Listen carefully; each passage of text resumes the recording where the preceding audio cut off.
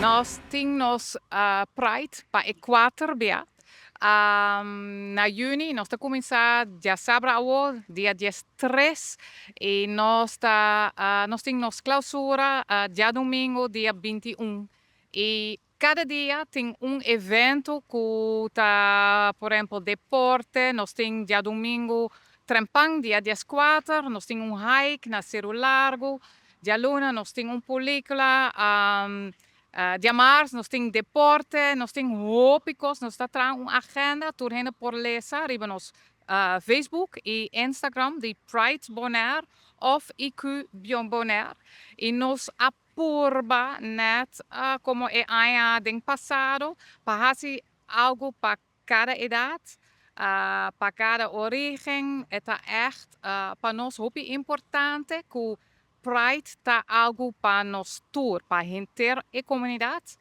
Não está somente para nós, gente de LGBTQI+, que é verdade, tanto letra de alfabeto, dus cortico, nós está mais cômodo que nós chamamos mais queer community, por sobre está mais cortico, pero nos tema é aqui está o tema está uni e uni está uni nos tour, união. Ano passado estava junto, dus junto nós está uni. Mirando como que chama? Influência mundial que não está assim na marcha livre.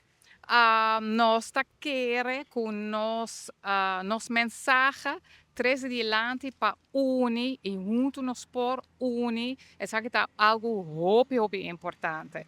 Dus turheen está sempre bombini.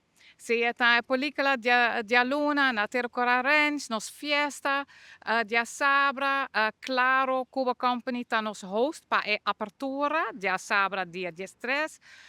Pero também na Cuba Night,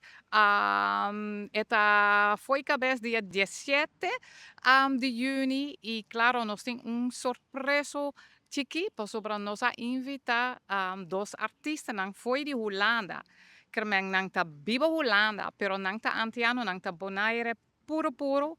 E pa e promebea nos drag queen, kuta persona di Rincon, bibando na Holanda, e tem su famoso teatro na Holanda, nós tá 13 persona aqui nanang, pa perform riba su mes isla, kuta echt hopi great. Dus nós está espera cultura ainda verdade tá aplaudir e coragem de nós mesmos ainda tem para bem foi Holanda como bonaireano puro para trazer sua arte delante, sua arte de drag.